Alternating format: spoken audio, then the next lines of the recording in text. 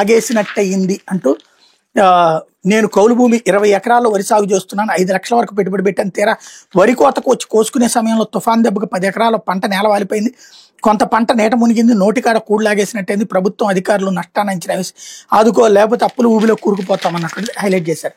లేకపోతే సంక్షోభాలు తుఫాన్లను అమెరికా మనలా ఎదుర్కోలేదు, టెక్నాలజీతో తుఫాన్ ఎదుర్కొన్నాం, 16 నెలల్లో టెక్నాలజీ వ్యవస్థను తయారు చేసాం, రాష్ట్రంలో వర్షాలు పడే గ్రామాలను ముందే గుర్తించాం, కానీ వర్షాలు అక్కడ కాకుండా వేరే చోట కురిచాయి, కాకినాడ దగ్గర అనుకుంటే వేరే చోట తీరం దాటింది, మోందా బీభత్సం వల్ల ప్రాథమిక నష్టం 5,265 కోట్లు, పంట నష్టం అంచనాకు 5-6 రోజులు సమయం పడుతుంది, కేంద్రానికి త్వరలో నివేదిక, మీడియాతో సీఎం చంద్రబాబు.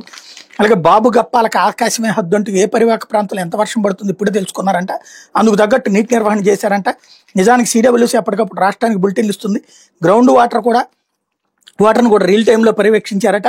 ప్రణాళిక విభాగం వెబ్సైట్లోని భూగర్భ జలాలపైన స్వోత్కర్ష, డ్రోన్లు, సీసీ కెమెరాలు, జియో ట్యాగింగ్ పైన డబ్బా కొట్టుడు, ఎప్పటి నుంచోనో విధానాలను ఇప్పుడు తామే చేసినట్టుగా మీడియా సాక్షిగా గొప్పలు అన్నటువంటి వార్తని హైలైట్ చేశారు. లేకపోతే